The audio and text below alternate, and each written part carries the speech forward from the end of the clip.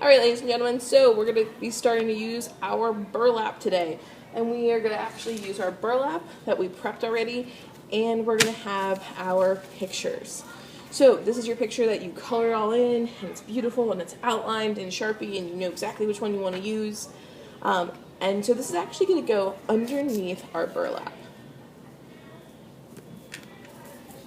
And then you can position it.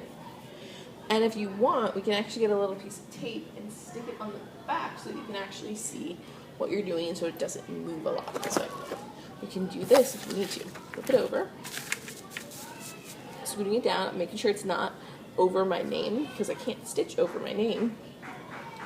Let's take this piece of tape, and I can put these at your desk. And you're going to tape it on back here. So, taping it here. And I'm going to tape it, make sure it's all flat, and tape it back here. Perfect. Okay, so I have it overlapping, and now since I did it in Sharpie, you can actually see through the burlap and see what I've done. So again, I'm going to take my Sharpie, and I'm going to go over all of those lines that I drew before. And I'm not going to make you guys wait and watch me do this whole thing, but I'm just going to give you an idea of what we're doing.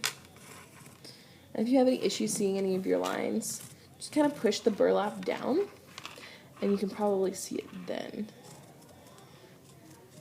You're trying to cover up your paper. I see one of my little bushes here. I have the other bush that was right there. I have my path leading to my bench, but I really want to make sure that I include my bridge. That was the main part and the really focus of my whole stitching project. I'm going to go back over here. This actually you can do pretty quickly. Alright, and I'm going to just do this part.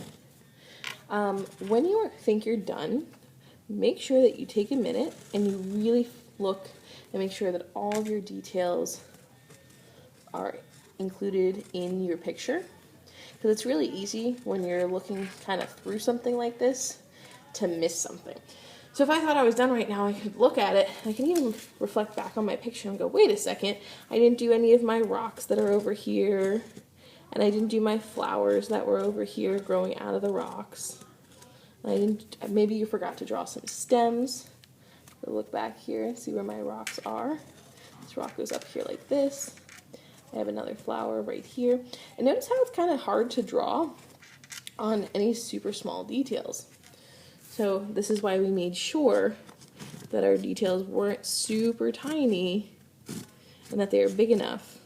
So if you realize that you made your details a little too small, flip your paper over, or you can ask me for a new one and draw a new garden really quickly. Not going to take too much time on it or you're going to get a little far behind.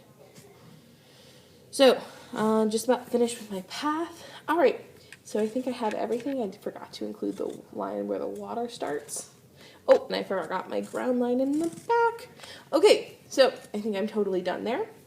So now what I'm going to do is I'm going to take my paper off of the back. Oh, I forgot one bush right here. Alright, and I'm going to pull the tape off. And I'm going to look back at my coloring, and I'm actually going to color with markers on my burlap now. So now my whole image is transferred, and now I can see it over here. And I can look at the colors that I've drawn, and we're going to take some Mr. Sketch markers, so these guys, and we're going to color in the colors that we want for our burlap.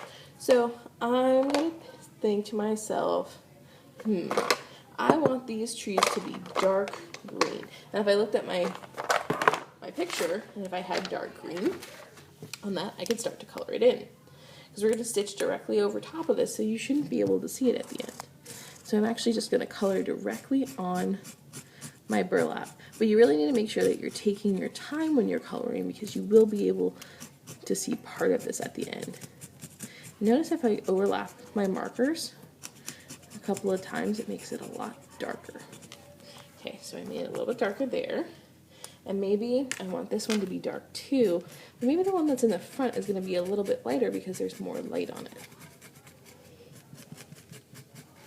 Okay, so I did that. I'm coloring one more. If your markers are running out of ink, just let me know. I do have more of them. Okay.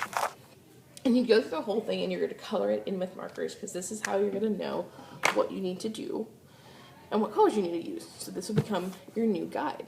If you have any other questions, let me know. But we are going to tape our pictures underneath, trace over top of them, and then color them in with markers. If you have any other questions, just let me know.